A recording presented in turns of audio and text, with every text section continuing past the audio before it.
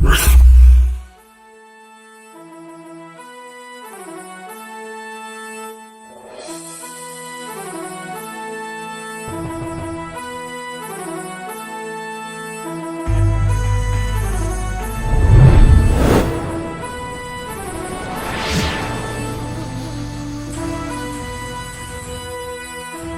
ಸುಖಾಯ ಬಹುಜನ ಹಿತಾಯ ಗಣಕರಂಗ ಹರಿ ಧಾರವಾಡ ಸಂಸ್ಥೆ ರಾಜಶ್ರೀ ಶಾಹು ಮಹಾರಾಜ್ ಅವರ 151ನೇ ಜಯಂತಿ ಆಚರಣೆ ಪ್ರಯುಕ್ತ ಆಯೋಜಿಸಿರುವ ಸತ್ಯಶೋಧಕ ಸಮಾಜ ಮತ್ತು ಮೂಕನಾಯಕ ಪತ್ರಿಕೆ ಲೇಖನ ಸ್ಪರ್ಧೆಯ ತೀರ್ಪುಗಾರರು ಮತ್ತು ಕರ್ನಾಟಕ ವಿಶ್ವವಿದ್ಯಾಲಯ ಧಾರವಾಡದ ಛತ್ರಪತಿ ಶಾಹು ಮಹಾರಾಜ್ ಅಧ್ಯಯನ ಪೀಠದ ಸಹಾಯಕ ಪ್ರಾಧ್ಯಾಪಕರಾಗಿರುವ ಡಾಕ್ಟರ್ ಶ್ರೀಮತಿ ಮಾಧುರಿ ಚೌಗಲೆ ಮೇಡಮ್ ಅವರಿಂದ ಈಗ ತೀರ್ಪುಗಾರರ ನುಡಿಗಳು.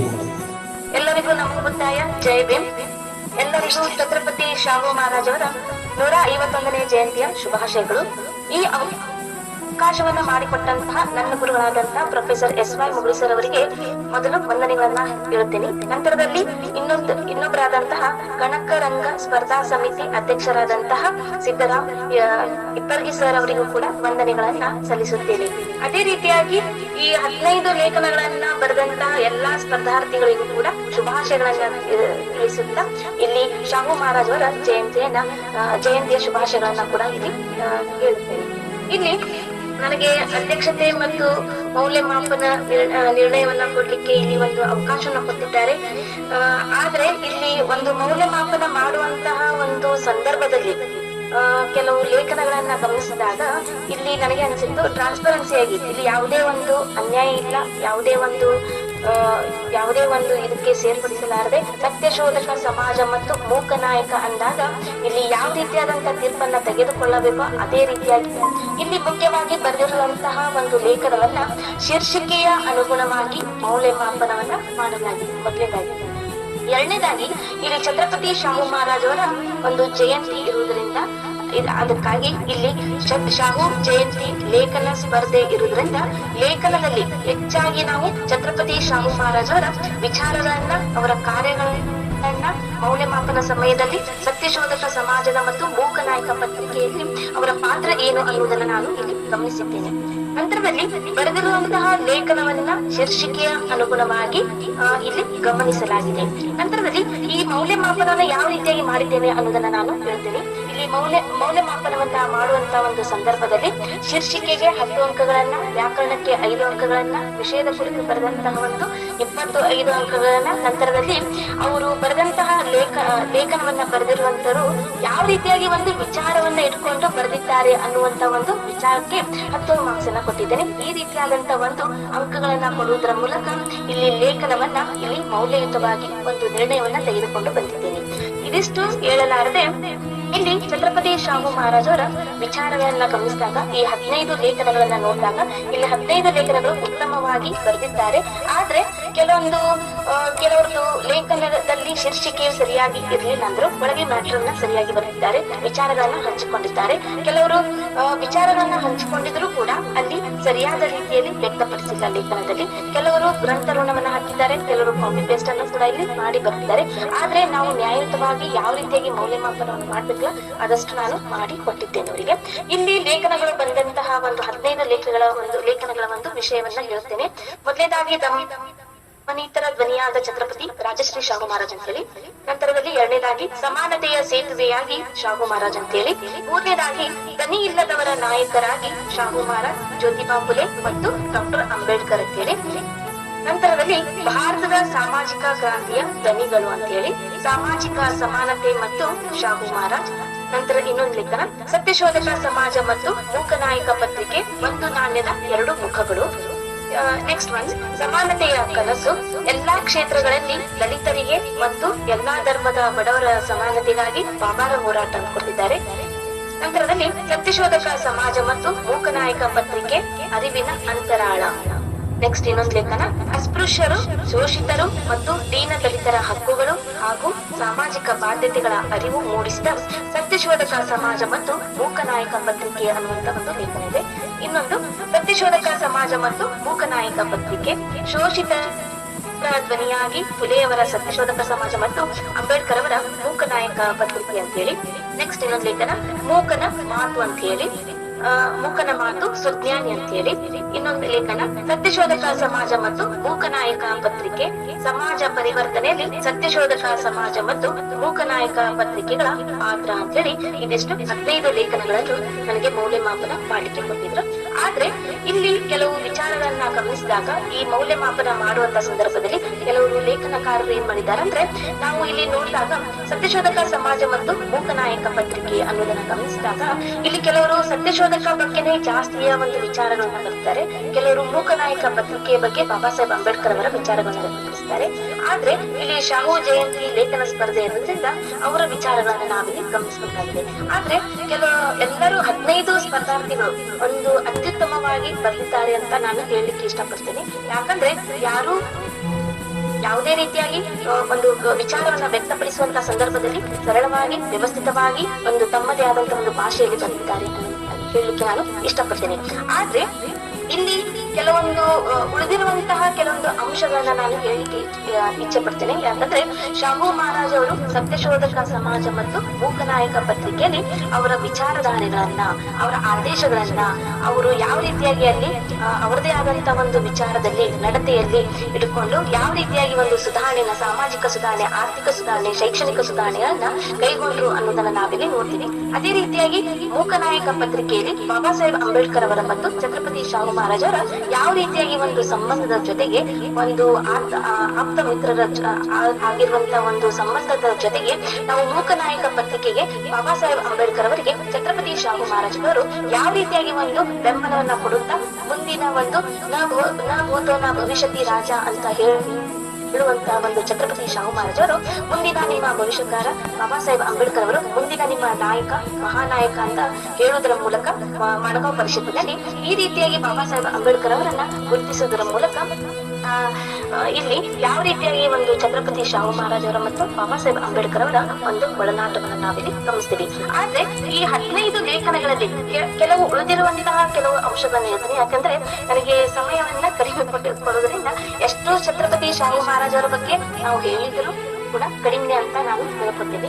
ಇಲ್ಲಿ ನಾವು ಮೊಟ್ಟ ಮೊದಲಿಗೆ ಈ ಸತ್ಯಶೋಧಕ ಸಮಾಜ ಅನ್ನುವಂತಹ ಒಂದು ಗಮನಿಸಿದಾಗ ಮಹಾತ್ಮ ಫುಲೆಯವರು ಇದನ್ನ ಸತ್ಯಶೋಧಕ ಸಮಾಜವನ್ನ ಏನ್ ಮಾಡ್ತಾರೆ ಅಂದ್ರೆ ಸ್ಥಾಪಿಸ್ತಾರೆ ಪುಣೆಯಲ್ಲಿ ಅನ್ನೋದನ್ನ ನಾವಿಲ್ಲಿ ನೋಡ್ತೀವಿ. ಎಲ್ಲರೂ ಲೇಖನಕಾರರು, ಸ್ಪರ್ಧಾರ್ಥಿಗಳು ಬಂದಿದ್ದಾರೆ. ಆದ್ರೆ ನಾವು ಈ ಇತಿಹಾಸವನ್ನ ಗಮನಿಸಲಿಕ್ಕೆ ಹೋದಾಗ ಇಲ್ಲಿ ಯಾವ ರೀತಿಯಾಗಿ ಒಂದು ಅವನತಿಯನ್ನ ಹೊಂದುವಂತ ಒಂದು ಸಂದರ್ಭದಲ್ಲಿ ಸತ್ಯಶೋಧಕ ಸಮಾಜ ಅನ್ನೋದನ್ನ ಅಲ್ಲಿ ಯಾರು ಎತ್ತಿ ಹಿಡ್ಕೊಂಡು ಮುಂದೆ ಅದನ್ನ ಯಾವ ರೀತಿಯಾಗಿ ಮುಂದುವರಿಸಿಕೊಂಡು ಹೋದ್ರು ಅನ್ನುವಂತ ಒಂದು ಮುಖ್ಯ ಅಂಶವನ್ನ ನಾವಿಲ್ಲಿ ಗಮನಿಸ್ತೀವಿ. ಇಲ್ಲಿ ಈ ಸತ್ಯಶೋಧಕ ಸಮಾಜ ಒಂದು ಅದರದೇ ಆದಂತಹ ಒಂದು ಉದ್ದೇಶವನ್ನ ಹೊಂದಿ ಮಹಾತ್ಮ ಫುಲೆಯವರ ಅವರು ಒಂದು ಸುಧಾರಣೆಯ ಮೂಲಕ ಅಥವಾ ಅವರದೇ ಆದಂತಹ ಒಂದು ಸಾಮಾಜಿಕ, ಆರ್ಥಿಕ, ಶೈಕ್ಷಣಿಕವಾಗಿ ಮುಂದುವರಿಸಿಕೊಂಡು ಹೋದಂತ ನೋಡ್ತೀವಿ.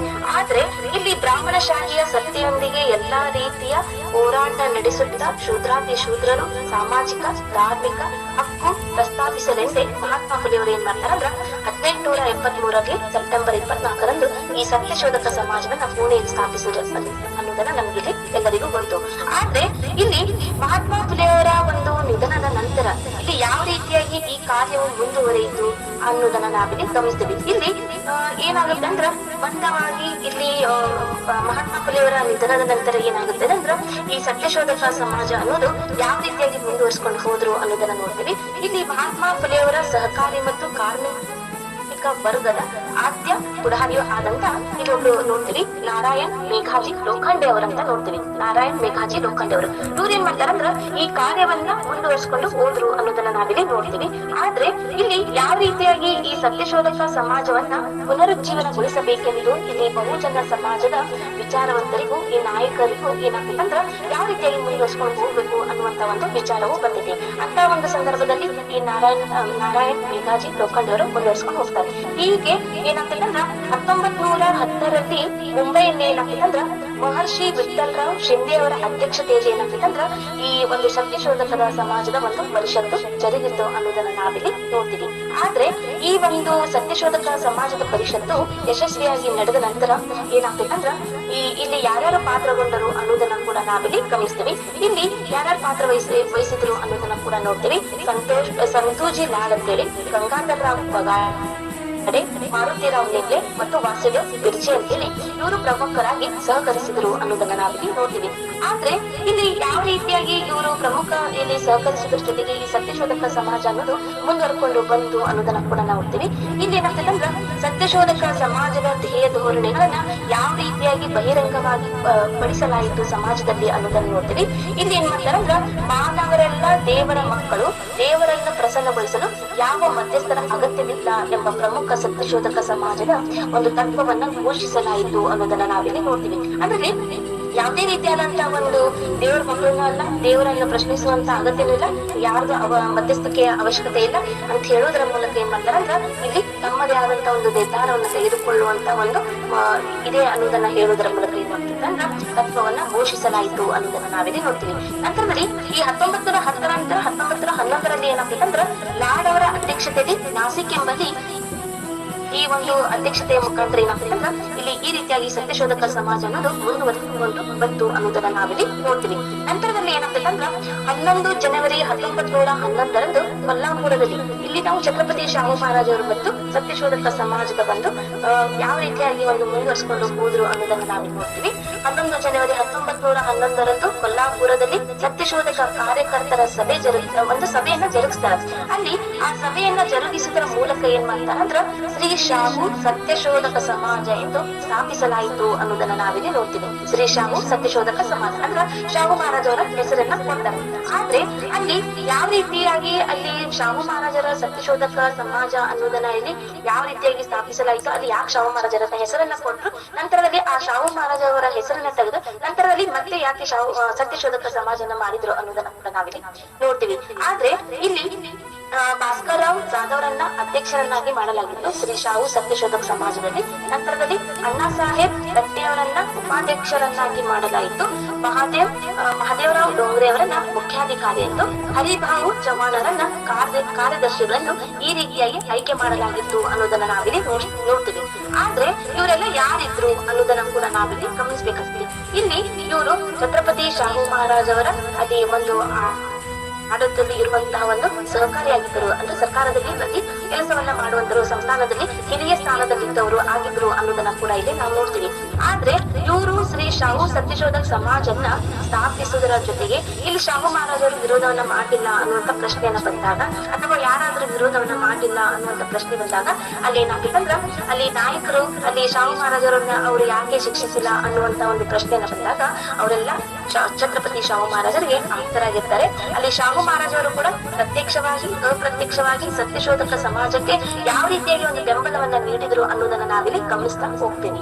ಇಲ್ಲಿ ಏನ್ ಮಾಡ್ತಾರಂದ್ರ ಜಾಧವರಾಗ್ಲಿ, ಲಟ್ಟೆಯವರಾಗ್ಲಿ, ಡೋಂಗ್ರೆಯವರಾಗ್ಲಿ ಈ ಸಂಸ್ಥಾನದ ಹಿರಿಯ ಸ್ಥಾನದಲ್ಲಿದ್ದವರು ಇವ್ರು ಏನ್ ಮಾಡ್ತಾರಂದ್ರ ಯಾವ ರೀತಿಯಾಗಿ ಒಂದು ಮುಂದುವರಿಸಿಕೊಂಡು ಹೋಗುತ್ತಾ ನಂತರದಲ್ಲಿ ಏನ್ ಮಾಡ್ತಾರಂದ್ರ ಈ ರೀತಿಯಾಗಿ ಒಂದು ಕಾರ್ಯಗಳನ್ನ ಕೈಗೊಳ್ಳುತ್ತಾ ಅಲ್ಲಿ ಇವರ ಹಿಂದಿನ ಪ್ರೇರಣೆ ಕೂಡ ಮಹಾರಾಜರಂತೆ ಆಗಿತ್ತು ಅನ್ನೋದನ್ನ ಕೂಡ ಇಲ್ಲಿ ಎಲ್ಲರೂ ಗೊತ್ತಾದ ನಂತರ ಇನ್ನು ಮುಂದೆ ಮಾಡ್ತಾರ ಈ ಚಳುವಳಿಯನ್ನ ಯಾವ ರೀತಿಯಾಗಿ ಮುಂದುವರಿಸಿಕೊಂಡು ಹೋಗ್ಬೇಕು ಅನ್ನೋದನ್ನ ಇಲ್ಲಿ ನಿರ್ಣಯವನ್ನು ತೆಗೆದುಕೊಂಡಾಗ ಮತ್ತೆ ಸತ್ಯಶೋಧಕ ಸಮಾಜ ಅಂತ ಹೇಳಿ ಮತ್ತೆ ಮುಂದೆ ಪ್ರಸಿದ್ಧಿಗೆ ತಂದ್ರು ಅನ್ನೋದನ್ನ ನಾವಿಲ್ಲಿ ನೋಡ್ತೀವಿ.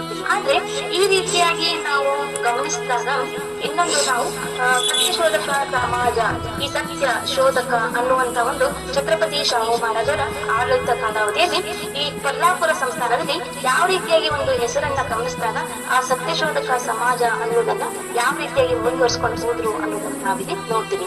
ಇಲ್ಲಿ ಎಲ್ಲರಿಗೂ ಗೊತ್ತಿರುವಂತಹ ಒಂದು ಚರಿತ್ರೆಯಲ್ಲಿ ಶಾಹು ಮಹಾರಾಜ್ ಅವರ ಚರಿತ್ರೆಯಲ್ಲಿ ಗಂಗಾರಾಮ್ ಕಾಂಬ್ಳೆಯವರ ವೃತ್ತಾಂತವು ರೋಚಕ ಹಾಗೂ ಪ್ರಸಿದ್ಧವಾಗಿದೆ ಅನ್ನೋದನ್ನ ಕೂಡ ನಾವಿಲ್ಲಿ ನೋಡ್ತೀವಿ. ಅದರಲ್ಲಿ ಗಂಗಾರಾಮ್ ಕಾಂಬ್ಳೆ ಅಂದ್ರೆ ಅವರಿಗೆ ಏನ್ ಮಾಡ್ತಾರಂದ್ರ ಇವರು ಸರ್ಕಾರಿ ಕುದುರೆಯ ಲಾಯದ ವ್ಯವಸ್ಥಾಪಕರಾಗಿರ್ತಾರ. ಇವರಿಗೆ ಒಂದ್ ದಿನ ಏನಾಗಿರ್ತದೆ ಅಂದ್ರ ಮೀಸಲಾದ ನೀರಿನ ಟ್ಯಾಂಕ್ ಅನ್ನ ಅಲ್ಲಿ ಮುಟ್ಟುವುದರಿಂದ ಅವರಿಗೆ ಒಂದು ಚಾಬುಕಿನ ಚಾಟಿಯಿಂದ ಹೊಡೆಯುವುದರಿಂದ ಶಾಹು ಮಹಾರಾಜರು ಅಲ್ಲಿ ಇರ್ಲಾರ್ದಂತ ಒಂದು ಸಂದರ್ಭದಲ್ಲಿ ಅವರಿಗೆ ಶಿಕ್ಷೆಯನ್ನ ಕೊಟ್ಟಂತ ಒಂದು ಸಂದರ್ಭದಲ್ಲಿ ಶಾಹು ಮಹಾರಾಜ್ ಅವರಿಗೆ ಗೊತ್ತಾದಂತ ಒಂದು ಸಂದರ್ಭದಲ್ಲಿ ಅಲ್ಲಿ ಏನಾಗ್ತಂದ್ರ ಅವ್ರು ಏನ್ ಮಾಡ್ತಾರಂದ್ರ ಅಸ್ಪೃಶ್ಯರ ಮುಂದೆಯೇ ಅಲ್ಲಿ ಯಾರು ಅವ್ರಿಗೆ ಹೊಡೆದಿರ್ತಾರಲ್ಲ ಅವರಿಗೆ ಆ ಚಾಬುಕಿನ ಚಾಟಿಯಿಂದ ಹೊಡೆದರು ಅನ್ನೋದನ್ನ ಕೂಡ ನಾವಿಲ್ಲಿ ನೋಡ್ತೀವಿ. ನಂತರದಲ್ಲಿ ಶಾಹು ಮಹಾರಾಜ್ ಅವರು ಗಂಗಾರಾಮ್ ಅವರನ್ನ ಹೇಳ್ತಾರೆ ಯಾವ ರೀತಿಯಾಗಿ ಅಂದ್ರ ಸ್ವತಂತ್ರ ಉದ್ಯೋಗವನ್ನ ನಡೆಸಲು ನಿನ್ನನ್ನು ಸರ್ಕಾರಿ ನೌಕರಿಯಿಂದ ಮುಕ್ತಗೊಳಿಸುತ್ತೇನೆ ಮತ್ತು ಸ್ವಂತ ಕೈಯಿಂದ ಬಂಡವಾಳ ಕೊಟ್ಟು ನೀನು ಸ್ವಂತ ಉದ್ಯೋಗವನ್ನ ಆರಂಭಿಸು ಎಂದು ಈ ರೀತಿಯಾಗಿ ಶಾಹು ಮಹಾರಾಜ್ ಅವರು ಗಂಗಾರಾಮ್ ಕಾಂಬಳೆ ಅವರನ್ನ ಹೇಳ್ತಾರೆ. ಆದ್ರೆ ಇವರು ಯಾವ ರೀತಿಯಾಗಿ ಬಂಡವಾಳವನ್ನ ಹಾಕಿ ಯಾವ ರೀತಿಯಾಗಿ ತಮ್ಮದೇ ಆದಂತ ಒಂದು ಉದ್ಯೋಗವನ್ನ ಸ್ಥಾಪಿಸಿದ್ರು ಅನ್ನೋದನ್ನ ಕೂಡ ನೋಡ್ತೀವಿ. ಅಲ್ಲಿ ಯಾವ ಒಂದು ಹೆಸರನ್ನ ಕೊಟ್ಟಿದ್ರು ಅನ್ನೋದನ್ನ ಕೂಡ ನಾವಿಲ್ಲಿ ಗಮನಿಸಬಹುದು. ಇಲ್ಲಿ ಅವ್ರು ಯಾವ ರೀತಿಯಾಗಿ ಒಂದು ಹೆಸರನ್ನ ಕೊಡ್ತಾರಂದ್ರ ಸತ್ಯ ಸುಧಾರಕ ಹೋಟೆಲ್ ಅಂತ ಹೇಳಿ ಕೊಡ್ತಾರ. ಸತ್ಯ ಸುಧಾರಕ ಹೋಟೆಲ್ ಅಂತ ಹೇಳಿ ಕೊಡ್ತಾರ. ಇಲ್ಲಿ ಈ ಸತ್ಯ ಸುಧಾರಕ ಹೋಟೆಲ್ ಅನ್ನೋದು ಈ ಏನಾಗಿತ್ತು ಅನ್ನೋದನ್ನ ಕೂಡ ನಾವಿಲ್ಲಿ ಗಮನಿಸಬಹುದು. ಇಲ್ಲಿ ಒಂದು ಚಹದ ಅಂಗಡಿ ಆಗಿತ್ತು ಅನ್ನೋದನ್ನ ಕೂಡ ನಾವು ಗಮನಿಸ್ತೀವಿ. ಈ ಚಹದ ಅಂಗಡಿಯಲ್ಲಿ ವಿಶ್ರಾಂತಿ ಗೃಹ ಟೌನ್ ಹಾಲ್ ನ ಆಗ್ನೇಯ ದಿಕ್ಕಿಗೆ ಬಾವು ಸಿಂಜಿ ರೋಡ್ಗೆ ಈಗೂ ಪ್ರಸ್ತುತ ಕೂಡ ನಾವಿಲ್ಲಿ ಗಮನಿಸಬಹುದು. ಈಗೂ ಕೂಡ ಕೊಲ್ಲಾಪುರ ಹೋದಾಗ ಈ ರೀತಿಯಾದಂತಹ ಒಂದು ಸತ್ಯ ಸುಧಾರಕ ಹೋಟೆಲ್ ಅನ್ನ ಸ್ಥಾಪಿಸಿದ ನಂತರ ಅಲ್ಲೇನಾಗ್ತದಂದ್ರ ಈ ರೀತಿಯಾಗಿ ಒಂದು ಗಂಗಾರಾಮ್ ಕಾಂಬಳೆ ಅವರ ಒಂದು ನಡೆದಂತ ಒಂದು ಘಟನೆಯನ್ನ ನಾವಿಲ್ಲಿ ನೋಡ್ತೀವಿ. ಆದ್ರೆ ಇಲ್ಲಿ ಇನ್ನೊಂದು ಘಟನೆಯನ್ನ ನೋಡ್ತೇವೆ ನಾವು. ಕೊಲ್ಲಾಪುರದಲ್ಲಿ ಒಂದು ಸಂಸ್ಥೆಯ ಯಾವ ರೀತಿಯಾಗಿ ಒಂದು ಅವಶ್ಯಕತೆ ಇದೆ ಒಂದು ಅಂದ್ರ ಇದೆ ಅನ್ನೋದನ್ನ ಇಲ್ಲಿ ಮಹಾರಾಜರಿಗೆ ಒಂದು ಮನವರಿಕೆಯನ್ನ ಮಾಡ್ಕೊಡ್ತಾರೆ. ಅಂದ್ರೆ ಒಂದು ಸಂಸ್ಥೆಯನ್ನ ನಡ್ಸ್ಕೊಂಡು ಹೋಗ್ಬೇಕು ಅಸ್ಪೃಶ್ಯರಿಗಾಗಿ ಅಂತ ಹೇಳಿ ಅಲ್ಲಿ ಹೇಳಿದಾಗ ಅಲ್ಲಿ ಯಾವ ರೀತಿಯಾಗಿ ಒಂದು ಮನವರಿಕೆಯನ್ನ ಮಾಡ್ಕೊತಾರಲ್ಲ ಬೇರೆ ಬೇರೆ ಗಣ್ಯರು ಅಂತ ಒಂದು ಸಂದರ್ಭದಲ್ಲಿ ಇನ್ನೊಂದು ಹೆಸರನ್ನ ಕೊಡ್ತಾರ. ಅಲ್ಲಿ ಯಾವ ಹೆಸರನ್ನ ಕೊಡ್ತಾರಂದ್ರ ದಕ್ಷಿಣ ಮಹಾರಾಷ್ಟ್ರ ಸತ್ಯ ಪ್ರಸಾರಕ ಮಂಡಳಿ ಎಂಬ ಹೆಸರಿನಿಂದ ಶಾಹು ಮಹಾರಾಜರು ಸ್ವತಃ ರಿಜಿಸ್ಟರ್ ಮಾಡಿದ್ದನ್ನ ಕೂಡ ನಾವಿಲ್ಲಿ ಗಮನಿಸಬಹುದು. ಆದ್ರೆ ಈ ರಿಜಿಸ್ಟ್ರೇಷನ್ಗೆ ಅಂತ ಒಂದು ಹಣವನ್ನ ಕೂಡ ಛತ್ರಪತಿ ಶಾಹು ಮಹಾರಾಜರು ಏನ್ ಮಾಡ್ತಾರಂದ್ರ ಅಲ್ಲಿ ಮಾಫಿಯನ್ನ ಅಂದ್ರೆ ಅಲ್ಲಿ ಯಾವುದೇ ರೀತಿಯಾದಂತಹ ಒಂದು ಹಣವನ್ನ ತೆಗೆದುಕೊಳ್ಳುವಂತಿಲ್ಲ ಅನ್ನೋದನ್ನ ಮಾಫಿಯನ್ನ ಮಾಡಿದ್ರು ಅನ್ನೋದನ್ನ ಕೂಡ ನಾವಿಲ್ಲಿ ನೋಡ್ತೀವಿ. ಈ ರೀತಿಯಾಗಿ ಒಂದು ಸಂಸ್ಥೆಯನ್ನ ಕಟ್ಟಿಕೊಳ್ಳಲಿಕ್ಕೆ ಛತ್ರಪತಿ ಶಾಹು ಮಹಾರಾಜರು ಪ್ಲಾಟ್ಫಾರ್ಮ್ ಆಗಿ ಒಂದು ಕೇಂದ್ರವನ್ನಾಗಿ ಹಾಕಿಕೊಟ್ರು ಅನ್ನೋದನ್ನ ಕೂಡ ನಾವಿಲ್ಲಿ ನೋಡ್ತೀವಿ. ನಂತರದಲ್ಲಿ ಈ ಸತ್ಯಶೂರತ ಸಮಾಜ ಅನ್ನೋದು ಯಾವ ರೀತಿಯಾಗಿ ಮತ್ತೆ ಕೊಲ್ಲಾಪುರದ ಸಂಸ್ಥಾನದಲ್ಲಿ ಛತ್ರಪತಿ ಶಾಹು ಮಹಾರಾಜರ ಒಂದು ಅವರ ಒಂದು ಇದರಲ್ಲಿ ಅವರು ಒಂದು ಛತ್ರಪತಿ ಶಾಹು ಮಹಾರಾಜರ ಒಂದು ವಿಚಾರಧಾರೆಗಳಲ್ಲಿ ಮುಂದುವರಿಯಿತು ಅನ್ನೋದನ್ನ ಕೂಡ ನಾವಿಲ್ಲಿ ನೋಡ್ತೀವಿ. ಇಲ್ಲಿ ಮತ್ತೆ ಯಾವ ರೀತಿಯಾಗಿ ನೋಡ್ತೀವಿ ಅಂದ್ರ ಕೊಲ್ಲಾಪುರದ ಬಾಬುರಾವ್ ಅಂತ ಹೇಳಿ ಬಾಬುರಾವ್ ಯಾದವ್ ಅಂತ ಹೇಳಿ ಇವರು ನಿಷ್ಠಾವಂತ ಒಂದು ಸತ್ಯಶೋಧಕದ ಕಾರ್ಯಕರ್ತರಾಗಿರ್ತಾರೆ. ಇವ್ರಿಗೆ ಏನ್ ಮಾಡ್ತಾರಂದ್ರ ಸತ್ಯಶೋಧಕ ತತ್ವದ ಒಂದು ದಿಟ್ಟ ಪ್ರಚಾರಕರಾಗಿದ್ದರು ಅನ್ನೋದನ್ನ ನೋಡ್ತೀವಿ. ಯಾರು ಬಾಬುರಾವ್ ಯಾದವ್ ಅಂತ ಹೇಳಿ ಇವ್ರೇನ್ ಮಾಡ್ತಾರಂದ್ರ ಆಗಿನ ಒಂದು ವೇದೋಕ್ತ ಪ್ರಕರಣವನ್ನ ನಾವು ನೋಡ್ತೀವಿ. ಛತ್ರಪತಿ ಶಾಹು ಮಹಾರಾಜರ ಒಂದು ಕಾಲದಲ್ಲಿ ಒಂದು ಅತ್ಯಂತ ಘಟನೆ ಮುಖ್ಯವಾದಂತಹ ಘಟನೆ ವೇದೋಕ್ತ ಪ್ರಕರಣ ಆಗ್ತದೆ. ಅದೇ ರೀತಿಯಾಗಿ ಇಲ್ಲಿ ಏನಾಗ್ತದೆ ಅಂದ್ರ ನಮ್ಮ ಧಾರ್ಮಿಕ ವಿಧಿಯನ್ನ ಬ್ರಾಹ್ಮಣ ಪುರೋಹಿತರಿಲ್ಲದೆ ಕೈಗೊಳ್ಳುವ ತತ್ವಕ್ಕನುಗುಣವಾಗಿ ಮರಾಠ ಪುರೋಹಿತರಿಂದಲೇ ವೇದೋಕ್ತ ಪದ್ಧತಿಯನ್ನ 21 ಆಗಸ್ಟ್ 1912ರಂದು ಈಗ ಏನ್ ಮಾಡ್ತಾರಂದ್ರ ಕೊಲ್ಲಾಪುರದ ಮನೆಯಲ್ಲಿ ಮೊದಲ ಶ್ರಾವಣಿಯನ್ನ ಏರ್ಪಡಿಸಿದರು ಅನ್ನೋದನ್ನ ಕೂಡ ನಾವಿಲ್ಲಿ ನೋಡ್ತೀವಿ. ಅಂದ್ರೆ ಈ ಒಂದು ಶ್ರಾವಣಿಯನ್ನ ಮೊದಲ ಬಾರಿಗೆ ಶ್ರಾವಣಿಯನ್ನ ಏರ್ಪಡಿಸಿದ ನಂತರ ಈ ಸುದ್ದಿ ಯಾವ ರೀತಿಯಾಗಿ ಒಂದು ಬ್ರಾಹ್ಮಣರಲ್ಲಿ ಗೊಂದಲವನ್ನು ಮಾಡಿದ್ರು ಅನ್ನೋದನ್ನ ಕೂಡ ನಾವಿಲ್ಲಿ ಗಮನಿಸ್ತೀವಿ. ಈ ಒಂದು ಶ್ರಾವಣಿಯನ್ನ ಯಾವ ರೀತಿಯಾಗಿ ವ್ಯಕ್ತಪಡಿಸಿದ್ರೆ ಅದು ಯಾವ ರೀತಿಯಾಗಿ ನಡ್ಸ್ಕೊಂಡು ಹೋದ್ರು ಅನ್ನೋದನ್ನ ಕೂಡ ನೋಡ್ತೀವಿ. ಇಲ್ಲಿ ಏನ್ ಮಾಡ್ತಾರಂದ್ರ ಬಾಬುರಾವ್ ಯಾದವ್, ನಾನಾ ಸಾಹೇಬ್ ಮುಳಿಕ್ ಅಂತ ಹೇಳಿ ಮುಂತಾದ ಒಂದು ಮರಾಠ ಸಮಾಜದವರು ಏನ್ ಮಾಡ್ತಾರಂದ್ರ 150 ಜನ ಒಂದೆಡೆ ಸೇರಿ ಬಹಿರಂಗ ಪೂಜೆಯನ್ನ ಏರ್ಪಡಿಸಿದರು ಅಥವಾ ನೆರವೇರಿಸಿದರು ಅನ್ನೋದನ್ನ ಕೂಡ ನಾವಿಲ್ಲಿ ನೋಡ್ತೀವಿ. ಈ ವಿಧಿಯನ್ನ ಯಾವ ರೀತಿಯಾಗಿ ಏರ್ಪಡಿಸಿದರು ಅಥವಾ ನೆರವೇರಿಸಿದರು ಅನ್ನೋದನ್ನ ಕೂಡ ನೋಡ್ತೀವಿ. ಈ ವಿಧಿಯ ಅಂದ್ರ ಈ ವಿಧಿಯನ್ನ ಏನ್ ಮಾಡ್ತಾರಂದ್ರ ಎದಕ್ಕೆ ಅದನ್ನ ಈ ವಿಧಿಯನ್ನ ಕೈಗೊಂಡ್ರು ಅನ್ನೋದನ್ನ ನೋಡ್ತೀವಿ. ಈ ಬ್ರಾಹ್ಮಣ ಪುರೋಹಿತಶಾಹಿಯ ಹಿಡಿತದಿಂದ ಬಹುಜನ ಸಮಾಜದ ಮನಸ್ಸು ಮುಕ್ತಗೊಳ್ಳಲಿ ಎಂದು ಸಾರ್ವಜನಿಕ ಪ್ರಾರ್ಥನೆಯನ್ನ ಮಾಡಲಾಯಿತು ಅನ್ನೋದನ್ನ ಕೂಡ ನಾವಿಲ್ಲಿ ನೋಡ್ತೀವಿ. ಮನಸ್ಸು ಮುಕ್ತಗೊಳ್ಳಲಿ ಅನ್ನೋದನ್ನ ಇಲ್ಲಿ ಈ ರೀತಿಯಾಗಿ ಇಲ್ಲಿ ಏನ್ ಮಾಡ್ತಾರಂದ್ರ ಅದರದೇ ಆದಂತ ಒಂದು ಕಾರ್ಯವನ್ನ ಕೈಗೊಂಡ್ರು ಅನ್ನೋದನ್ನ ನಾವಿಲ್ಲಿ ನೋಡ್ತೀವಿ. ನಂತರದಲ್ಲಿ ಈ ರೀತಿಯಾಗಿ ಹಂತ ಹಂತವಾಗಿ ಇಲ್ಲಿ ಮತ್ತೆ ಸತ್ಯಶೋಧಕ ಸಮಾಜದ ಕುರಿತು ಇಲ್ಲಿ ಮತ್ತೆ ಯಾವ ರೀತಿಯಾಗಿ ಇಲ್ಲಿ ಕೊಲ್ಲಾಪುರ ಸಂಸ್ಥಾನದಲ್ಲಿ ಮತ್ತೆ ಯಾವ ರೀತಿಯಾಗಿ ಘಟನೆಗಳು ನಡೆದವು ಅನ್ನೋದನ್ನ ಕೂಡ ನಾವು ಇಲ್ಲಿ ನೋಡ್ತೀವಿ. ಇಲ್ಲಿ ನೆಕ್ಸ್ಟ್ ಮತ್ತೆ ಏನಾಗುತ್ತದೆ ಅಂದ್ರೆ ಸತ್ಯಶೋಧಕರು ಮತ್ತೆ ಯಾವ ರೀತಿಯಾಗಿ ಒಂದು ಕಾರ್ಯವನ್ನ ಕೈಗೊಂಡ್ರು ಅನ್ನೋದನ್ನ ಕೂಡ ನಾವಿಲ್ಲಿ ನೋಡ್ತೀವಿ. ಇಲ್ಲಿ ಏನ್ ಮಾಡ್ತಾರೆ ಅಂದ್ರ ಕೊಲ್ಲಾಪುರದಲ್ಲಿ ಏನ್ ಮಾಡ್ತಾರೆ ಅಂದ್ರ ಎಲ್ಲರೂ ಅಂದ್ರ ಬೇರೆ ಬೇರೆ ಒಂದು ಇಸ್ವಿಯಲ್ಲಿ ಎಷ್ಟು ಜನವನ್ನ ಸೇರಿಸಿ ಅದೇ ಮದುವೆಗಳನ್ನ ಸತ್ಯಶೋಧಕರ ಒಂದು ಪದ್ಧತಿಯಿಂದ ಮಾಡಲಾಯಿತು ಅನ್ನೋದನ್ನ ಕೂಡ ನಾವಿಲ್ಲಿ ಡಾಟಾವನ್ನ ನೋಡ್ತೀವಿ. ಅಲ್ಲಿ ಏನ್ ಮಾಡ್ತಾರೆ ಅಂದ್ರ 1912ರಲ್ಲಿ 200 ಜನರನ್ನ, 1913ರಲ್ಲಿ 266 ಜನರನ್ನ, 1914ರಲ್ಲಿ 299 ಮದುವೆಗಳನ್ನ ಸತ್ಯಶೋಧಕ ಪದ್ಧತಿಯಿಂದ ನೆರವೇರಿಸಲಾಯಿತು ಅನ್ನೋದನ್ನ ಕೂಡ ನಾವಿಲ್ಲಿ ನೋಡ್ತೀವಿ. ಅಂದ್ರೆ ಈ ರೀತಿಯಾದಂತ ಒಂದು ಸತ್ಯಶೋಧಕದ ಮೂಲಕ ಇಲ್ಲಿ ಯಾವ ರೀತಿಯಾಗಿ ಒಂದು ಕಾರ್ಯಗಳನ್ನ ಕೈಗೊಳ್ಳಲಾಗಿತ್ತು ಅನ್ನೋದನ್ನ ಕೂಡ ನಾವಿಲ್ಲಿ ಗಮನಿಸಬಹುದು. ನಂತರದಲ್ಲಿ ಏನ್ ಮಾಡ್ತಾರಂದ್ರ ಈ ರೀತಿಯಾಗಿ ಹಂತ ಹಂತವಾಗಿ ಈ ಸತ್ಯಶೋಧಕದ ಮೂಲಕ ಕಾರ್ಯಗಳನ್ನ ಕೈಗೊಂಡಿದ್ದನ್ನ ನಾವಿಲ್ಲಿ ನೋಡ್ತೀವಿ. ನಂತರದಲ್ಲಿ ಏನಾಗ್ತದೆ ಅಂದ್ರೆ 1920ರಲ್ಲಿ ಸತ್ಯಶೋಧಕ ಸಮಾಜದ ಕಾರ್ಯಕ್ಕೆ ಪೂರಕವಾಗುವಂತ ಒಂದು ಮಹತ್ವದ ನಿರ್ಣಯವನ್ನ ಛತ್ರಪತಿ ಶಾಹು ಮಹಾರಾಜ್ ಅವರೇ ಕೈಗೊಂಡಿದ್ದನ್ನ ನಾವಿಲ್ಲಿ ಗಮನಿಸ್ತೀವಿ. ಅಲ್ಲಿ ಯಾವ ರೀತಿಯಾಗಿ ಒಂದು ನಿರ್ಣಯಗಳನ್ನ ಕೈಗೊಂಡು ಛತ್ರಪತಿ ಶಾಹು ಮಹಾರಾಜ್ ಅವರು ಅನ್ನೋದನ್ನ ನಾವು ನೋಡ್ತೀವಿ. ಮೊದಲನೇದಾಗಿ ಜೂನ್ದಲ್ಲಿ ಅವರು ಏನ್ ಮಾಡ್ತಾರಂದ್ರ ಅರಮನೆಯಲ್ಲಿರುವ ದೇವರ ಮತ್ತು ಪೂರ್ವಜರ ಸಮಾಧಿಗಳಿಗೆ ಏನ್ ಮಾಡ್ತಾರಂದ್ರ ಪೂರ್ವಜರು ಮತ್ತು ದೇವರ ಈ ಸಮಾಧಿಗಳಿಗೆ ಈ ಮೊದಲು ಬ್ರಾಹ್ಮಣ ಪುರೋಹಿತರಿಂದ ಪೂಜೆಯನ್ನ ನಡೆಯುತ್ತಿದ್ರು. ಅಂತ ಒಂದು ಪೂಜೆಯನ್ನ ಅವ್ರು ಏನ್ ಮಾಡ್ತಾರಂದ್ರ ನಿಲ್ಲಿಸಿ ಅದೇನ್ ಮಾಡ್ತಾರಂದ್ರ ಮರಾಠ ಪುರೋಹಿತರಿಂದಲೇ ಈ ಕಾರ್ಯ ಆರಂಭಿಸಲು ಆಜ್ಞೆಯನ್ನ ಮಾಡಿದ್ದನ್ನ ನಾವಿಲ್ಲಿ ನೋಡ್ತೀವಿ. ಅಂದ್ರೆ ದಾಖಲೆ ಪ್ರಮಾಣವಾಗಿ ಈ ಒಂದು ಆಜ್ಞೆಯನ್ನ ಹೊರಡಿಸಿದ್ರ ಮೂಲಕ ಛತ್ರಪತಿ ಶಾಹು ಮಹಾರಾಜ್ ಅವರು ಏನ್ ಮಾಡ್ತಾರಂದ್ರ ಈ ರೀತಿಯಾಗಿ ಒಂದು ಪೂಜೆಯನ್ನ ಯಾವ ರೀತಿಯಾಗಿ ಮಾಡಲು ಒಂದು ಅನುಮತಿಯನ್ನ ಕೊಟ್ಟರು ಅನ್ನೋದನ್ನ ಕೂಡ ನಾವಿಲ್ಲಿ ನೋಡ್ತೀವಿ. ನಂತರದಲ್ಲಿ ಮಹಾರಾಜರು ತಮ್ಮ ಆಜ್ಞೆಯಲ್ಲಿ ಯಾವ ರೀತಿಯಾಗಿ ಹೇಳ್ತಾರೆ ಅನ್ನೋದನ್ನ ಕೂಡ ನಾವಿಲ್ಲಿ ಗಮನಿಸ್ತೀವಿ. ಅಲ್ಲಿ ಅವರು ಯಾವ ರೀತಿಯಾಗಿ ವ್ಯಕ್ತಪಡಿಸ್ತಾರೆ ಅಂದ್ರ ನಮ್ಮ ದೇವರ ಪೂಜೆಯನ್ನು ಬ್ರಾಹ್ಮಣರಿಂದ ಮಾಡಿಸಿದರೆ ನಾವು ಆ ದೇವರನ್ನು ಮುಟ್ಟಲು ಅಯೋಗ್ಯರಾಗುತ್ತೇವೆ. ಅವರು ನಮ್ಮನ್ನು ಕೆಲವೊಮ್ಮೆ ಕ್ಷತ್ರಿಯರೆಂದು ಕೆಲವೊಮ್ಮೆ ಶೂದ್ರರೆಂದು ಭಾವಿಸುತ್ತಾರೆ. ಆದ್ದರಿಂದ ಇನ್ನು ಮುಂದೆ ಹೊಸ ಅರಮನೆ ಮತ್ತು ಸರ್ವ ಛತ್ರಗಳಲ್ಲಿ ಪೂಜೆ ಮತ್ತು 16 ಸಂಸ್ಕಾರಗಳು ಮರಾಠ ಪುರೋಹಿತರಿಂದಲೇ ಜರುಗಬೇಕು ಅನ್ನುವಂತ ಒಂದು ಆಜ್ಞೆಯನ್ನ ಮಾಡಿದ್ದನ್ನ ಕೂಡ ನಾವಿಲ್ಲಿ ನೋಡ್ತೀವಿ ದಾಖಲೆ ಪ್ರಮಾಣವಾಗಿ. ನಂತರದಲ್ಲಿ ಇನ್ನೊಂದು ನೋಡ್ತೀವಿ, ಎರಡನೇ ನಿರ್ಣಯವಾಗಿ ಛತ್ರಪತಿ ಶಾಹು ಮಹಾರಾಜ್ ಅವರು ಯಾವ ರೀತಿಯಾಗಿ ಕೈಗೊಂಡ್ರು ಅನ್ನೋದನ್ನ ಕೂಡ ನಾವಿಲ್ಲಿ ನೋಡ್ತೀವಿ. ಮರಾಠ ಪುರೋಹಿತರಿಗೆ ಪ್ರಶಿಕ್ಷಣ ಶಾಲೆಯೊಂದನ್ನು ಸ್ಥಾಪಿಸುವುದು. ರಾವ್ ಮಹಾದೇವ್ ಡೋಂಗ್ರೆ ಮತ್ತು ಮಾಮಾ ಸಾಹೇಬ್ ಖಾನ್ವಿಲ್ಕರ್ ಅವರು ಇವರಿಗೆ ಏನ್ ಮಾಡ್ತಾರೆ ಅಂದ್ರ ಈ ಒಂದು ಕಾರ್ಯವನ್ನ ಒಪ್ಪಿಸಿದ್ರು ಅನ್ನೋದನ್ನ ಕೂಡ ನಾವಿಲ್ಲಿ ನೋಡ್ತೀವಿ. ಆದ್ರೆ ಈ ಕಾರ್ಯವನ್ನ ಯಾವ ರೀತಿಯಾಗಿ ಮತ್ತೆ ಮುಂದುವರಿಸಿಕೊಂಡು ಹೋಗಲಾಯಿತು ಅನ್ನೋದನ್ನ ಕೂಡ ನೋಡ್ತೀವಿ. 6 ಜುಲೈ 1920ರಂದು ಶಿವಾಜಿ ಕ್ಷತ್ರಿಯ ವೈದಿಕ ಪಾಠಶಾಲೆ ಎಂಬ ವೈದಿಕ ಶಿಕ್ಷಣವನ್ನ ನೀಡುವ ಒಂದು ಶಾಲೆಯನ್ನ ತೆರೆಯಲಾಯಿತು ಅನ್ನೋದನ್ನ ಕೂಡ ನಾವಿಲ್ಲಿ ನೋಡ್ತೀವಿ.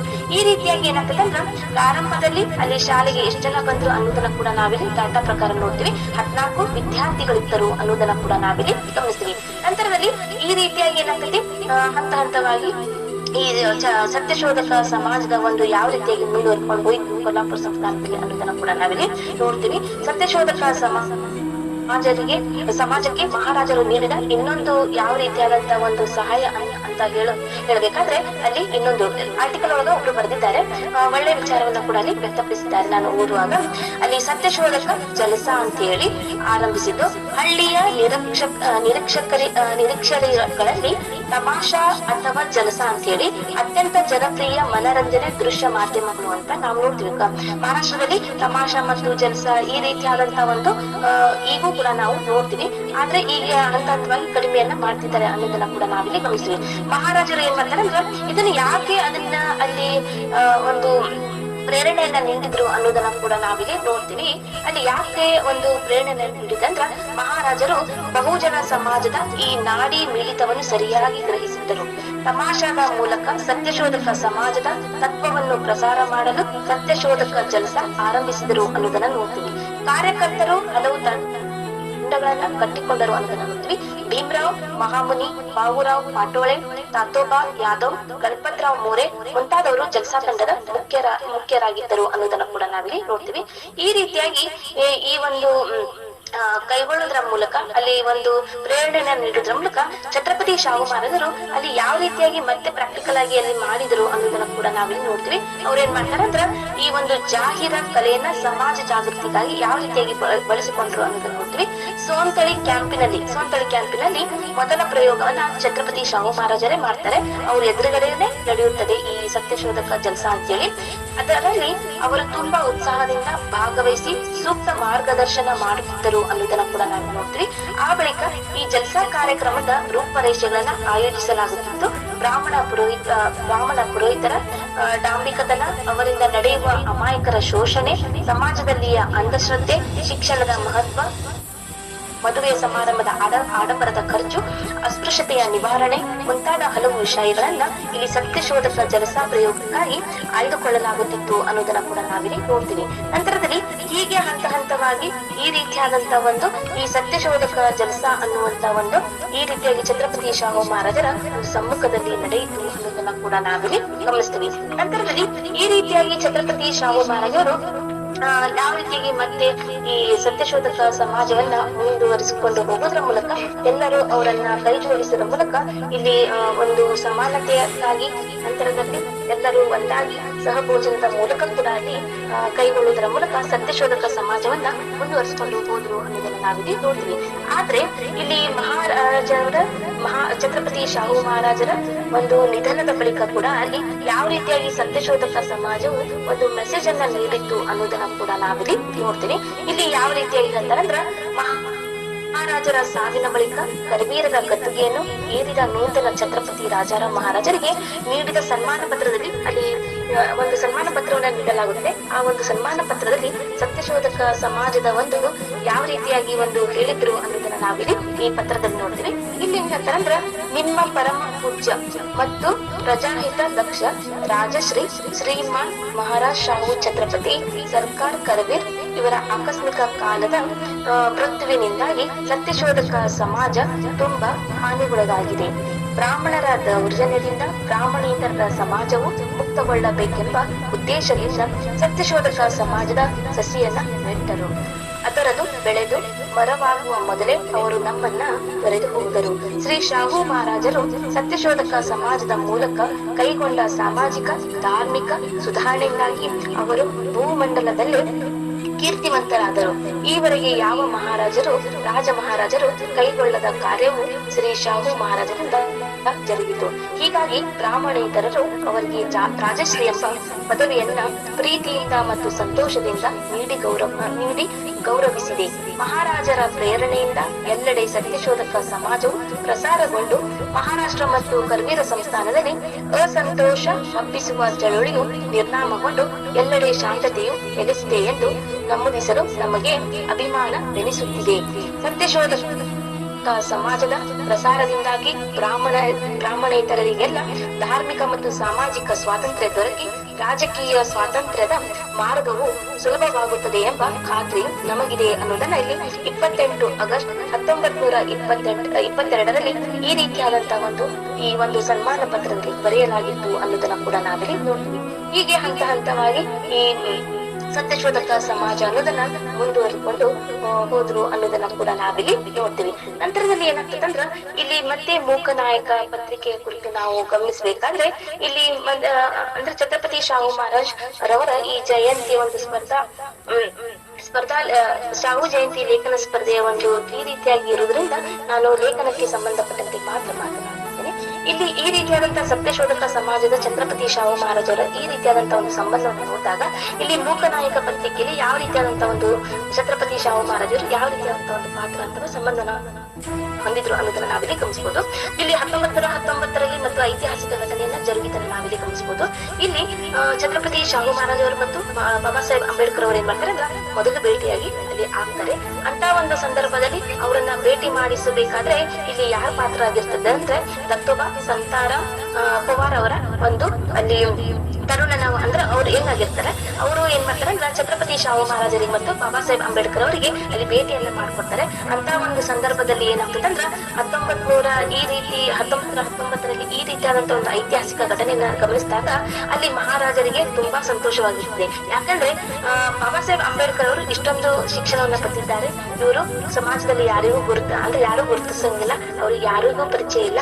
ಆದ್ರಿಂದ ಅವ್ರು ಏನ್ ಹೇಳ್ತಾರ ಅಂದ್ರ ಮಾನಗಾಂವ್ ಪರಿಷತ್ತಿನಲ್ಲಿ ಒಂದು ಮಾತನ್ನ ಹೇಳ್ತಾರ, ನ ಭೂತೋನ ಭವಿಷ್ಯತಿ ರಾಜ ಅಂತ ಹೇಳಿ ನಾವು ಛತ್ರಪತಿ ಶಾಹು ಮಹಾರಾಜರಿಗೆ ಯಾಕೆ ಹೇಳ್ತೀವಿ ಅಂದ್ರ ಬಾಬಾ ಸಾಹೇಬ್ ಅಂಬೇಡ್ಕರ್ ಅವರಿಗೆ ನಿಮ್ಮ ಮುಂದಿನ ನಾಯಕ, ನಿಮ್ಮ ಮುಂದಿನ ಮಹಾನಾಯಕ ಯಾರು ಬಾಬಾ ಸಾಹೇಬ್ ಅಂಬೇಡ್ಕರ್ ಅಂತ ಹೇಳಿ ಇಲ್ಲಿ ಎಲ್ಲಾ ಒಂದು ಸಮಾಜದವರಿಗೆ ಹೇಳಿದನ್ನ ನಾವಿಲ್ಲಿ ಗಮನಿಸ್ತೀವಿ. ಆದ್ರೆ ಈ ರೀತಿಯಾಗಿ ಏನಾಗ್ತದೆ ಅಂದ್ರೆ ಬಾಬಾ ಸಾಹೇಬ್ ಅಂಬೇಡ್ಕರ್ ಅವರಿಗೆ ಮತ್ತು ಛತ್ರಪತಿ ಶಾಹು ಮಹಾರಾಜರ ಭೇಟಿ ಆಗಿದೆ. ನಂತರದಲ್ಲಿ ಬಾಬಾ ಸಾಹೇಬ್ ಅಂಬೇಡ್ಕರ್ ಅವರು ಈ ರೀತಿಯಾಗಿ ಶಿಕ್ಷಣ ಪಡೆದಿದ್ದಾರೆ ಅನ್ನುವಂತ ಒಂದು ಛತ್ರಪತಿ ಶಾಹು ಮಹಾರಾಜರಿಗೆ ಗೊತ್ತಾದ ತಕ್ಷಣ ಏನಾಗ್ತಿತ್ತು ಅಂದ್ರೆ ಅಲ್ಲಿ 1919ರಲ್ಲಿ ಮಹಾರಾಜರು ಮುಂಬೈಯಲ್ಲಿ ಒಂದು ಪನ್ನಾಳ್ ಲಾಜ್ನಲ್ಲಿ ಅಲ್ಲಿ ವಾಸ್ತವ್ಯವನ್ನ ಮಾಡಿರ್ತಾರೆ. ಅಂತ ಒಂದು ಸಂದರ್ಭದಲ್ಲಿ ಏನಾಗ್ತದೆ ಅಂದ್ರೆ ಬಾಬಾ ಸಾಹೇಬ್ ಅಂಬೇಡ್ಕರ್ ಅವರನ್ನ ಹುಡುಕಿ ತಗೊಂಡ್ ಬರ್ರಿ ಅಂತ ಹೇಳ್ತಾರೆ ಯಾರು, ಛತ್ರಪತಿ ಶಾಹು ಮಹಾರಾಜರು. ಅಂತ ಒಂದು ಸಂದರ್ಭದಲ್ಲಿ ಏನಾಗ್ತದೆ ಬಾಬಾ ಸಾಹೇಬ್ ಅಂಬೇಡ್ಕರ್ ಅವರು ಸಿಗಂಗಿಲ್ಲ, ಕಳಿಸಿರ್ತಾರಲ್ಲ ಅಂತ ಒಂದು ಸಂದರ್ಭದಲ್ಲಿ ಸಿಗಂಗಿಲ್ಲ. ಅಂತ ಒಂದು ಸಂದರ್ಭದಲ್ಲಿ ಏನಾಗ್ತದೆ ಅಂತ ಬಾಬಾ ಸಾಹೇಬ್ ಅಂಬೇಡ್ಕರ್ ಅವರಿಗೆ ಮಹಾರಾಜರ ಖುದ್ದು ಪರಳ ಚಾಳಿಗೆ ಹೋಗ್ತಾರೆ, ಅಲ್ಲಿಗೆ ಬಂದಿರಂತ ನಾವು ಗಮನಿಸ್ತೀವಿ. ಅದ್ರಲ್ಲಿ ಪರಳ ಚಾಳಿಗೆ ಹೋಗೋದ್ರ ಮೂಲಕ ಬಾಬಾ ಸಾಹೇಬ್ ಅಂಬೇಡ್ಕರ್ ಅವರಿಗೆ ಏನಾಗ್ತದೆ, ಮಹಾರಾಜರು ನನಗೋಸ್ಕರ ಬಂದಿದ್ದಾರೆ ನನ್ಗಂತ ಹೇಳಿ ಅವ್ರು ಏನ್ ಮಾಡ್ತಾರ ತಮ್ಮ ಮೇಲಿನ ಮಹಡಿಯಲ್ಲಿರುವಂತಹ ಮನೆಯಿಂದ ಕೆಳಗಿರುವಂತ ಅಂದ್ರೆ ಬರುವಂತ ಒಂದು ಸಂದರ್ಭವನ್ನ ನೋಡಿ ಛತ್ರಪತಿ ಶಾಹು ಮಹಾರಾಜರಿಗೆ ಭೇಟಿಯನ್ನ ಆದ್ರು ಅನ್ನೋದನ್ನ ನೋಡ್ತೀವಿ. ನಂತರದಲ್ಲಿ ಬಾಬಾ ಸಾಹೇಬ್ ಅಂಬೇಡ್ಕರ್ ಅವರಿಗೆ ಛತ್ರಪತಿ ಶಾಹು ಮಹಾರಾಜರು ಏನ್ ಮಾಡ್ತಾರೆ ಅಂದ್ರೆ ಪನ್ನಾಳ್ ಲಾಜಿಗೆ ಕರೆದುಕೊಂಡು ಹೋದ್ರು ಅನ್ನೋದನ್ನ ನಾವಿಲ್ಲಿ ನೋಡ್ತೀವಿ. ಈ ರೀತಿಯಾಗಿ ಅವರಿಬ್ಬರಲ್ಲಿ ಒಂದು ಸಂಬಂಧ ಬೆಳೆಯುವುದನ್ನ ನೋಡ್ತೀವಿ. ನಂತರದಲ್ಲಿ ಒಂದು ಆಪ್ತವಾಗಿ ಯಾವ ರೀತಿಯಾಗಿ ಒಂದು ಸಂಬಂಧವನ್ನ ಬೆಳೆಯಿತು ಅನ್ನೋದನ್ನ ನಾವಿಲ್ಲಿ ಗಮನಿಸ್ತೀವಿ. ಈ ರೀತಿ ಆದ ನಂತರ ಅಂಬೇಡ್ಕರ್ ಅವರು ಕೊಲ್ಲಾಪುರಕ್ಕೆ ಭೇಟಿಯನ್ನ ನೀಡಿದಾಗ ಅಲ್ಲಿ ಯಾವ ರೀತಿಯಾದಂತಹ ಒಂದು ಚರ್ಚೆಯನ್ನ ನಡೀತು ಅನ್ನೋದನ್ನ ಕೂಡ ನಾವಿಲ್ಲಿ ಗಮನಿಸಬಹುದು. ಇಲ್ಲಿ ಏನಾಗ್ತದೆ ಅಂದ್ರೆ ಬಾಬಾ ಸಾಹೇಬ್ ಅಂಬೇಡ್ಕರ್ ಅವರು ಕೊಲ್ಲಾಪುರಕ್ಕೆ ಭೇಟಿಯನ್ನ ನೀಡ್ತಾರ. ಅಂತ ಒಂದು ಸಂದರ್ಭದಲ್ಲಿ ಏನಾಗ್ತದೆ ಅಂದ್ರೆ ಬಾಬಾ ಸಾಹೇಬ್ ಅಂಬೇಡ್ಕರ್ ಅವರು ಕೊಲ್ಲಾಪುರದ ರೈಲ್ವೆ ಸ್ಟೇಷನ್ ಬಂದಿರ್ತಾರೆ. ಅಲ್ಲಿ ಎದುರಿನ ಒಂದು ಸರ್ಕಾರಿ ವಿಶ್ರಾಮ ಗೃಹದಲ್ಲಿ ತಂಗಿರ್ತಾರೆ. ಅವಾಗ ಏನಾಗ್ತದೆ ಅಂದ್ರೆ ಮಹಾರಾಜರು ಏನ್ ಮಾಡ್ತಾರ ಅಂದ್ರ ಅಂಬೇಡ್ಕರ್ ಅವರನ್ನ ವೈಭವದಿಂದ ಮೆರವಣಿಗೆಯಲ್ಲಿ ಕರೆದೊಯ್ದರು ಅನ್ನೋದನ್ನ ನೋಡ್ತೀವಿ. ನಂತರದಲ್ಲಿ ಏನಾಗ್ತದೆ ಅಂದ್ರೆ ಕರೆದುಕೊಂಡು ಹೋಗೋದ್ರ ಮೂಲಕ ಏನ್ ಮಾಡ್ತಾರ ಅಂದ್ರ ಸೋಂತಳಿಯ ಕ್ಯಾಂಪಿನಲ್ಲಿ ಸಹಭೋಜನವನ್ನ ನಡೆಯಿತು ಅನ್ನೋದನ್ನ ಕೂಡ ನೋಡ್ತೀವಿ. ಸುದೀರ್ಘವಾದಂತಹ ಒಂದು ಈ ಸಹಭೋಜನೆಯಲ್ಲಿ ಅವರು ಚರ್ಚೆಯನ್ನ ಮಾಡಿದ್ರು ಅನ್ನೋದನ್ನ ಕೂಡ ನಾವಿಲ್ಲಿ ಗಮನಿಸ್ತೀವಿ. ನಂತರದಲ್ಲಿ ಈ ರೀತಿಯಾಗಿ ಒಂದ್ ಏನ್ ಮಾಡ್ತಾರೆ ಅಂದ್ರ ಬಹಿರಂಗವಾಗಿ ಸಮಾರಂಭನ ಆಯೋಜಿಸಿ ಮಹಾರಾಜರು ಅಂಬೇಡ್ಕರರಿಗೆ ಒಂದು ಜರಿಯ ಪಗಡಿಯನ್ನ ಹಾಕ್ತಾರೆ. ಜರಿಯ ಒಂದು ಪಗಡಿಯನ್ನ ತೊಡಿಸಿ ಸನ್ಮಾನವನ್ನ ಮಾಡಿದ್ರು ಅನ್ನೋದನ್ನ ಕೂಡ ನಾವಿಲ್ಲಿ ನೋಡ್ತೀವಿ. ಆಗ ಅಂಬೇಡ್ಕರ್ ಅವರು ಒಂದು ಭಾಷಣದಲ್ಲಿ ಹೇಳ್ತಾರ, ಏನಂತ ಹೇಳ್ತಾರ ಅಂದ್ರ ಮಹಾರಾಜರು ಜರಿ ಪಗಡಿಯನ್ನ ನನಗೆ ತೊಡಿಸಿದ್ದಾರೆ, ಅದರ ಗೌರವವನ್ನು ಕಾಪಾಡುವುದು ನನ್ನ ಧರ್ಮ ಅನ್ನೋದನ್ನ ಇಲ್ಲಿ ಬಾಬಾ ಸಾಹೇಬ್ ಅಂಬೇಡ್ಕರ್ ಅವರು ಈ ಒಂದು ಅರ್ಥಪೂರ್ಣವಾದಂತ ಒಂದು ನುಡಿದಂತ ಒಂದು ಮಾತನ್ನ ನಾವಿಲ್ಲಿ ಗಮನಿಸ್ತೀವಿ. ಹೀಗೆ ಒಂದು ಛತ್ರಪತಿ ಶಾಹು ಮಹಾರಾಜ್ ಅವರದು ಈ ರೀತಿಯಾಗಿ ಬಾಬಾ ಸಾಹೇಬ್ ಅಂಬೇಡ್ಕರ್ ಅವರ ಒಂದು ಸಂಬಂಧ ನೋಡ್ತೀವಿ. ನಂತರದಲ್ಲಿ ಈ ಮೂಕನಾಯಕ ಪತ್ರಿಕೆಯಲ್ಲಿ ಯಾವ ರೀತಿಯಾದಂತಹ ಒಂದು ಪಾತ್ರವನ್ನ ಕೂಡ ನಾವಲ್ಲಿ ಗಮನಿಸಬಹುದು. ಶಿಕ್ಷಣ ಪಡೆಯುವಾಗ ಹಲವಾರು ಸಂಕಟಗಳು ಬರುತ್ತವೆ, ಅದನ್ನ ಎಲ್ಲರಿಗೂ ಗೊತ್ತಿರುವಂತಹ ಒಂದು ಸಂದರ್ಭ. ಅಂತ ಒಂದು ಸಂದರ್ಭದಲ್ಲಿ ಬರೋಡೆಯಲ್ಲಿ ಮಾಸಿಕ ಕಿರುಕುಳ ಕೂಡ ಅಲ್ಲಿ ಆಗುತ್ತೆ ನೀಡುತ್ತಾರೆ. ಈ ರೀತಿಯಾದಂತಹ ಒಂದು ಸಂದರ್ಭದಲ್ಲಿ ಏನಾಗ್ತದೆ ಅಂದ್ರ ಅಲ್ಲಿ ಯಾವ ರೀತಿಯಾಗಿ ಅಲ್ಲಿ ಒಂದು ಆ ಸಂದರ್ಭದಲ್ಲಿ ಆ ಕಾಲದಲ್ಲಿ ಅವರಿಗೆ ಮಹಾರಾಜರ ಪ್ರಾಮಾಣಿಕ ಯಾವ ರೀತಿಯಾಗಿ ಒಂದು ಬೆಂಬಲ ಸಿಕ್ತು ಅಂದ್ರೆ ಅವರಿಗೆ ಅವಮಾನ ಆದಂತ ಸಂದರ್ಭದಲ್ಲಿ ಶಾಹು ಮಹಾರಾಜರ ಭೇಟಿ ಆದಾಗ ಅಲ್ಲಿ ಅವರಿಗೆ ಈ ರೀತಿಯಾದಂತಹ ಒಂದು ಬೆಂಬಲ ಛತ್ರಪತಿ ಶಾಹು ಮಹಾರಾಜರಿಂದ ನನಗೆ ದೊರಕುತ್ತದೆ ಅನ್ನುವಂತ ಒಂದು ಸಮಾಧಾನ ಆದ್ಮೇಲೆ ಬಾಬಾ ಸಾಹೇಬ್ ಅಂಬೇಡ್ಕರ್ ಅವ್ರು ಏನ್ ಮಾಡ್ತಾರೆ ಅಂದ್ರ ಇಲ್ಲಿ ಒಂದು ಮತ್ತೆ ಹೊಸ ಹುರುಪಿನಿಂದ ಉದ್ದಿಮೆಯಿಂದ ಯಾವ ರೀತಿಯಾಗಿ ಮತ್ತೆ ಅಲ್ಲಿ ಒಂದು ಯಾವ ಒಂದು ಪತ್ರಿಕೆಯನ್ನ ಸ್ಥಾಪಿಸಬೇಕು ಅನ್ನುವಂತ ಒಂದು ಹಂಬಲವಲ್ಲಿ ಬಂದು ಬಿಡುತ್ತದೆ, ವಿಚಾರ ಬಂದು ಬಿಡುತ್ತದೆ ಅನ್ನೋದನ್ನ ನಾವಿಲ್ಲಿ ನೋಡ್ತೀವಿ.